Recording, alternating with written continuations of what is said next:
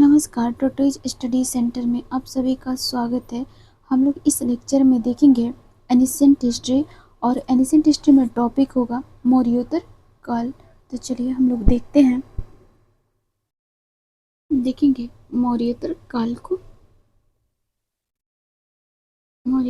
देखेंगे, है ना। इसमें शुंग वंश, इसमें हम लोग को देखने को मिलेगा। मैं थोड़ा सा फॉन्ट को बड़ा करती हूँ। इसमें देखने को मिलेगा शुंग वंश, ठीक है। और सेकंड होगा कौरव वंश। फर्स्ट शुंग वंश, सेकंड कर्ण वंश, थर्ड सातवाहन वंश, फोर इंडो ग्रीक, पांच शक वंश, छठे आपके होंगे कुषाण वंश, सातवें संगम काल, ठीक है ना। संगम काल में चेर वंश, चोल वंश और पांड्य वंश। अब हम देखेंगे सुग वंश 185 ईसा पूर्व से 75 ईसा पूर्व, 185 ईसा पूर्व से 75 ईसा पूर्व। चलिए, शुंग वंश की स्थापना 184 ईसा पूर्व में की गई। शुंग वंश की स्थापना 184 ईसा पूर्व में की गई। वाणभट्ट के हर्षचरित के अनुसार पुष्यमित्र शुंग ने अंतिम मौर्य शासक बृहद्रथ की हत्या कर दी। अंतिम मौर्य शासक बृहद्रथ की हत्या कर दी। अब हम लोग देखेंगे पुष्यमित्र शुंग को। यह स्वयं ब्राह्मण जाति का था। इसने ब्राह्मण धर्म को संरक्षण दिया। बौद्ध साहित्य में पुष्यमित्र को बौद्ध धर्म का दुश्मन बताया गया, क्योंकि इसने पाटलिपुत्र के कुकटूराम विहार को तोड़वाने का कई बार प्रयास किया था। दिव्यावदान के अनुसार इसने अशोक द्वारा निर्मित 84,000 स्तूपों को तोड़वा दिया। इसने 84,000 स्तूपों को तोड़वा दिया। अब हम लोग देखेंगे पिंक वंश को। इस वंश की उत्पत्ति के बारे में कोई निश्चित जानकारी नहीं है। संभवतः शुंग वंश उज्जैन प्रदेश के थे। संभवतः कहा जाता है कि शुंग वंश जो थे, है ना, ये उज्जैन प्रदेश के थे। शुंग उज्जैन के थे, जहाँ इनके पूर्वज मौर्यों की सेवा में थे और सेनापति के रूप में। आगे देखेंगे, पुष्यमित्र ने 2 अश्वमेध यज्ञ किए, जिसकी पुष्टि पतंजलि के महाभाष्य एवं अयोध्या लेख से होती है। पतंजलि को अश्वमेध यज्ञों का पुरोहित बताया गया। इसमें अश्वमेध यज्ञों का पुरोहित बताया गया। शुंग वंश के समय इंडो ग्रीक शासक मिनांडर ने, ये यवन का था, है ना, इंडो ग्रीक शासक मिनांडर ने आक्रमण किया, जिसको पुष्यमित्र ने पराजित किया। यह जानकारी गार्गी संहिता से मिलती है। यह जानकारी हमें कहाँ से मिलती है? गार्गी संहिता से। आगे देखेंगे पतंजलि की पुस्तकें। फर्स्ट है योग दर्शन, दूसरे है योग सूत्र, फिर है आपके महाभाष्य, पाणिनि की अष्टाध्यायी पर टीका, और चौथे हैं आपके अष्टांग आयुर्विज्ञान। नेक्स्ट देखेंगे अग्निमित्र। इसने विदिशा को राजधानी बनाया।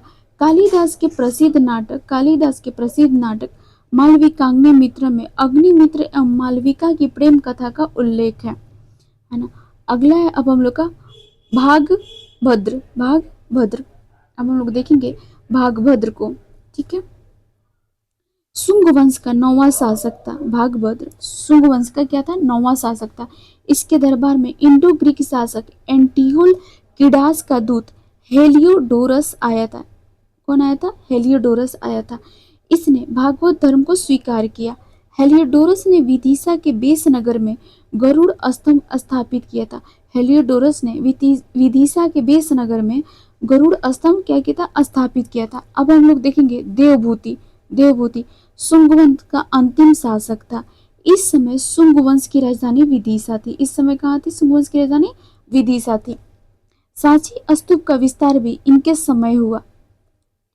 इसकी हत्या 73 ईसा पूर्व में वसुमित्र कौरव यानी वसुदेव कौरव वंश के संस्थापक ने की थी, है ना। आगे देखेंगे कौरव वंश के अंतिम शासक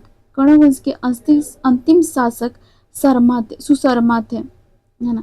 कौरव वंश के अंतिम शासक कौन थे? तो ये सुशर्मा थे। आगे देखेंगे हम लोग भरौत का स्तूप शुंगकालीन राजवंश की स्थापत्य कला का सुंदर उदाहरण है। भरौत का स्तूप शुंगकालीन राजवंश की स्थापत्य कला का सुंदर उदाहरण है। अब हम लोग देखेंगे सातवाहन वंश को। मौर्य काल के बाद दक्षिणी भारत में सबसे प्रभावशाली सातवाहन राज्य थे। मौर्य काल के बाद दक्षिणी भारत में सबसे प्रभावशाली कौन थे? तो ये सातवाहन राज्य थे। देखेंगे सातवाहन वंश की स्थापना सिमुक ने 30 ईसा पूर्व में की थी। सिमुक ने कौरव वंश के अंतिम शासक सुशर्मा की हत्या कर सातवाहन वंश की स्थापना की थी। आगे देखेंगे यह एकमात्र मातृसत्तात्मक समाज वंश था। यह एक सातवाहन वंश जो था यह एकमात्र मातृसत्तात्मक समाज एवं वंश था, क्योंकि नाम के आगे माता के गोत्र का वर्णन है। क्योंकि नाम के आगे आप देखेंगे तो माता के गोत्र का नाम वर्णन है। सातवाहनों ने अपनी राजधानी प्रतिष्ठान में स्थापित की थी। सातवाहनों ने अपनी राजधानी कहाँ स्थापित की थी? प्रतिष्ठान में। अगला पॉइंट देखेंगे पुराणों में सातवाहनों के जस्ट फ्यू सेकंड देखेंगे हम लोग पुराणों में सातवाहन शासकों की आरंभिक राजधानी अमरावती आंध्र भृत्य थी। वहीं देखेंगे हम लोग अगला पॉइंट है मत्स्य पुराण से आंध्र सातवाहन वंश के शासकों की सबसे लंबी सूची प्राप्त होती है ना। देखेंगे अगला पॉइंट सतकर्णी फर्स्ट इस वंश का पहला प्रसिद्ध शासक था, है ना। इसकी जानकारी नागनिका के नाना घाट अभिलेख से मिलती है। इसकी जानकारी हमें नागनिका के नागा घाट अभिलेख से मिलती है। गाथा सप्तशती प्राकृतिक